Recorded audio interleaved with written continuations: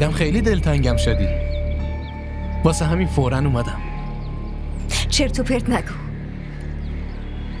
من فقط واسه این صدت زدم که تو بیای و بیگناهیمو به همه ثابت کنی.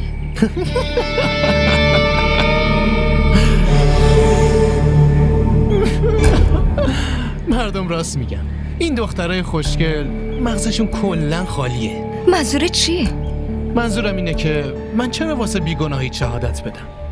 چون تو خودت خوب میدونی که اون شب من توی خونه صدات نکردم. تو با اجازه خودت اومدی تو و من. وای الهی بمیرم که آش نخورده و دهن سوخته شدی. ببین، من به اندازه کافی مشکل دارم. از چشم همه خانواده هم افتادم. لطفاً به من کمک کن. همینو میخوام بهت بفهمونم که واسه سر پا شدن به حمایت و آغوش من نیاز داری. ببین کاظم، من بهت التماس میکنم، لطفاً بیگناهی منو ثابت کن. من هیچ خطایی مرتکب نشدم. لطفاً بهت التماس میکنم. ای وای، تو داری چی کار میکنی؟ فاصله رو نگه دار. این کارو نکن، من ناراحت میشم. باشه، یه معامله میکنیم. تو به حرف من گوش کن، منم جلوی همه بیگناهی تو اثبات میکنم. چی؟ منظور چی؟ تو اونقدرم بچه نیستی که منظورمو نفهمیده باشی.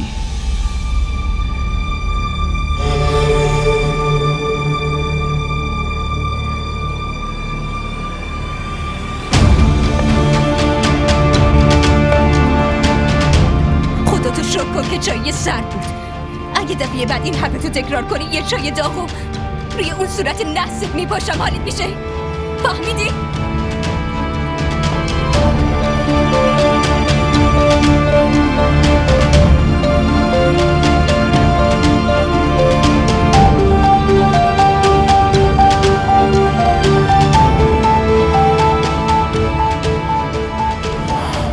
برای داغ کردن مغزم این چای سرد کافی بود.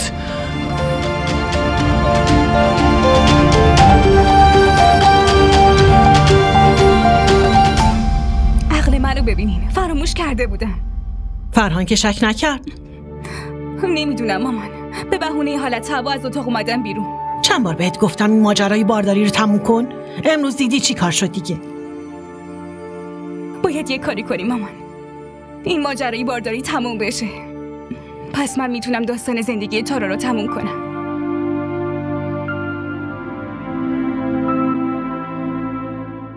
این چه حالیه واسه خودت درست کردی؟ این نتیجه کارای اون تارا خانومه. چای داغ و ریخ رو من. ای وای، ببین اون منحوس پسر منو سوزونده. اما چرا؟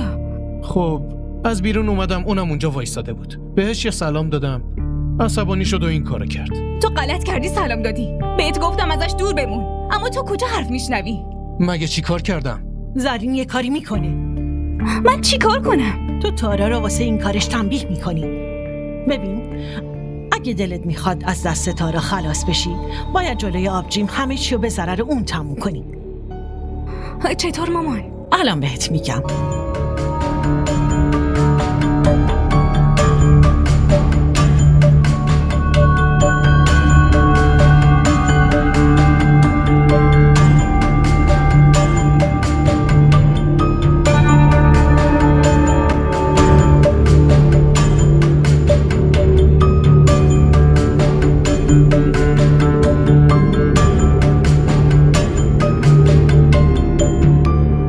آفرین، عجله کن. برو پیش آبجی و اینو عملی کن. برو باشو.